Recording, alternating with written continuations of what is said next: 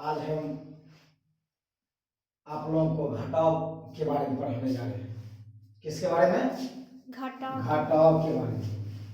घटाव का अंग्रेजी हम सबसे पहला नंबर जान लेते हैं। घटाव का अंग्रेजी होता है सब्ट्रैक्शन। सब्ट्रैक्शन मतलब होता है घटाव। घटाव कहते किसे हैं? निकालने की क्रिया को घटाव कहते हैं। जैसे मेरे पास 4 रुपया है। कितना रुपया है? 4 रुपया है। 4 रुपया में से हम 2 रुपया किसी को दे दिए। मेरे पास कितना बचा? 2 रुपया। 2 रुपया। कितना बचा? 2 रुपया। उसके बाद इस तरीके से कई सवाल हम कर सकते हैं। मान लेते हैं 900 रुपया है। मेरे पास कितना है? 900 रुपया है। अब हम उसमें 400 रुपये फिर किसी को दे दिए। कितना बच गया? 500 रुपया। नहीं तो थोड़ा सवाल कितना बच गया? 500 रुपया बच गया। यही हमारा आंसर आ जाएगा। यानी उसको हम हिंदी में बोलते हैं उत्तर। क्या आ जाएगा? यही हमारा उत्तर आ जाएगा। फिर से हम सवाल करना चाहेंगे कि इस तरह से भी सवाल हो सकते हैं। मान लेते हैं कोई भी संख्या 9722 इतना रुपया मेरे पास है, तो हम किसी को 722 रुपया दे दिए। कितना दे दिए? 722 रुपया दे दिए। तो हमारे पास बच गया कुल 9000 रुपया। कितना हजार रुपया? 9000 रुपया। यही हमारा उत्तर होगा। अब इसको घटाने के लिए हमें कोई नियम होनी चाहिए। मान लेते हैं पहला सवाल था 900 रुपया। कितना था? 900। हम लोग सिंपली करते क्या है, इकाई संख्या को सामने रखते हैं, दहाई को दहाई संख्या को सामने रखते हैं और सैकड़ा को सैकड़ा के संख्या के सामने रखते हैं। मेरे मन में यह भी सवाल होगा कि 0 में से 0 जाएगा, 0 क्यों आएगा, 1 क्यों नहीं आया? 0 ना तो कभी घटता है और ना ही जुड़ता है। अगर जुड़ता है तो कभी दहाई अंक में से हासिल ले आता है तो वह 10 होते हैं। दहाई अपने आप में 10 होते हैं, डबल अंक होते हैं, यानी 2 अंक होते हैं, जिसे हम लिखते हैं 10। तो उसी तरीके से हम यहां करें 0 में से 0 जाएगा 0, 9 में से 4 जाएगा 5, यानी 500 हमारा आंसर आएगा, यानी उत्तर आएगा। फिर उसके बाद सवाल मैं करना चाहूंगा कि कभी कोई ऐसे भी सवाल दिए हुए रहते हैं शब्द में, मोहन के पास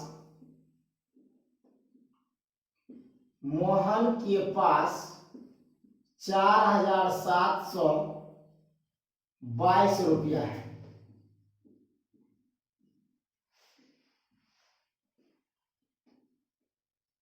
उसके बाद मोहन के पास 4722 रुपया है। उसने उस पैसे से बाजार गया। उसने बाजार सामान खरीदने गया। क्या खरीदने गया? सामान खरीदने गया। उस सामान में से 132 रुपया का आलू खरीदा। क्या खरीदा? आलू खरीदा। 192 रुपया का चीनी खरीदा। और क्वेश्चन क्या है कि मोहन के पास कुल कितने रुपये बचे? मोहन के पास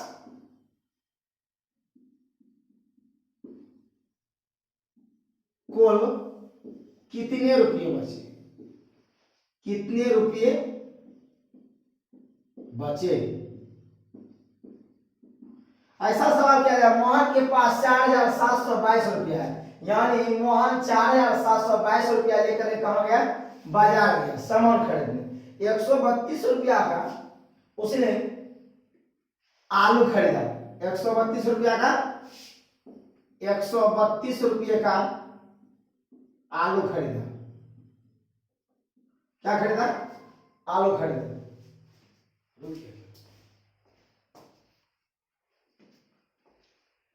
आलू खरीदा 192 रुपया का चीनी। तो फिर कह रहा है मोहन के पास कुल बचे कितने? तो हम करेंगे क्या, जितना सामान खरीदे, मेरे पास तो यानी मोहन के पास 4,722 रुपया था। उसने सामान कितना का या कुल रुपया उसके पास है, उसने सामान कितना का खरीदा? 132 का खरीदा आलू। उसके बाद 192 का खरीदा चीनी। तो कुल रुपया खरीदा कितना, खर्च कितना किया?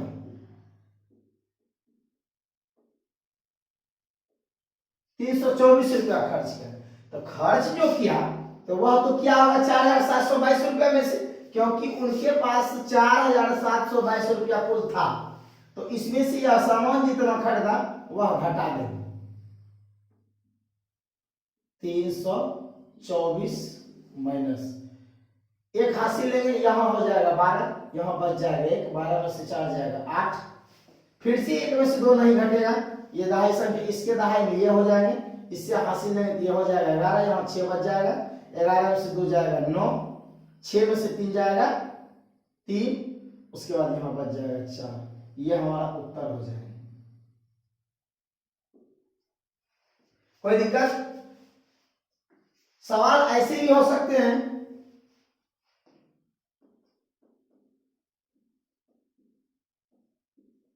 रमेश के पिताजी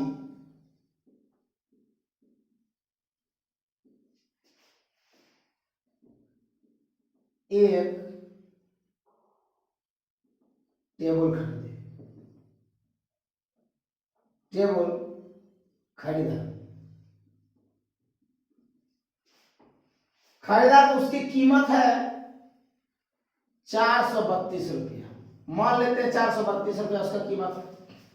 रमेश के पिताजी 432 रुपया में एक टेबल खरीदा। रमेश के पिताजी, ऐसे लिख देते हैं, रमेश के पिताजी 432 रुपया में एक टेबल खरीदा।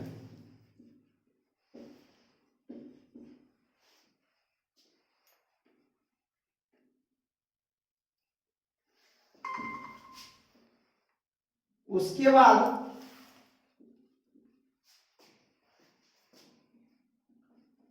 उसके बाद 324 रुपया में एक मेज खरीदे, एक मेज खरीदे। उसके बाद 444 रुपया में चटाई खरीदे। तो बताइए रमेश के पिताजी ने कुल कितने रुपए खर्च किए? कुल की बात हो जाए या योग की बात हो जाए तो वह हो जाएंगे जोड़।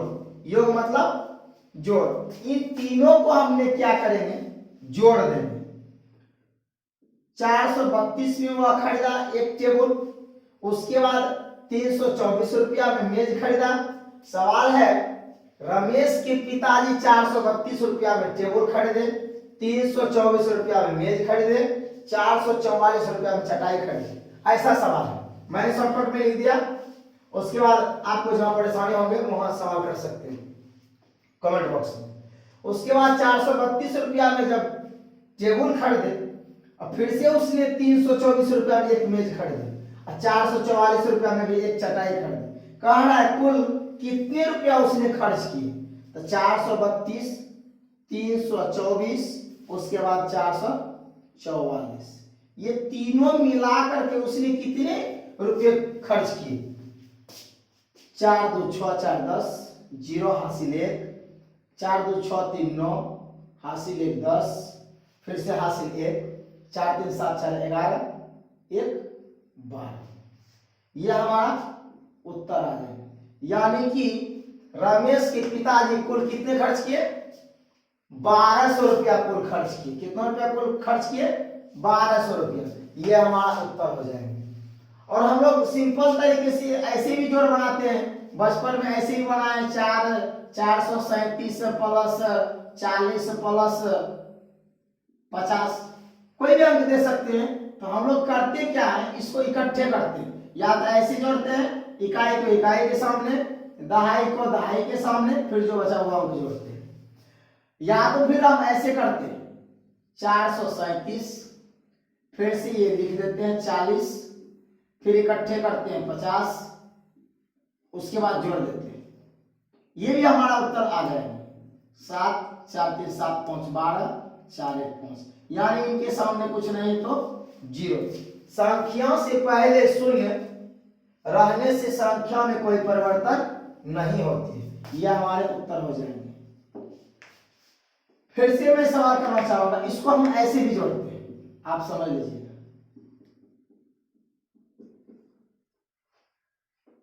इसको हम ऐसे जोड़ते हैं 0 0, इकाई इकाई के सामने 7, उसके बाद 5 4 9, 3 12 का 2 हासिल 1, 4 में जोड़ेंगे 5, 527, दैट इज योर आंसर।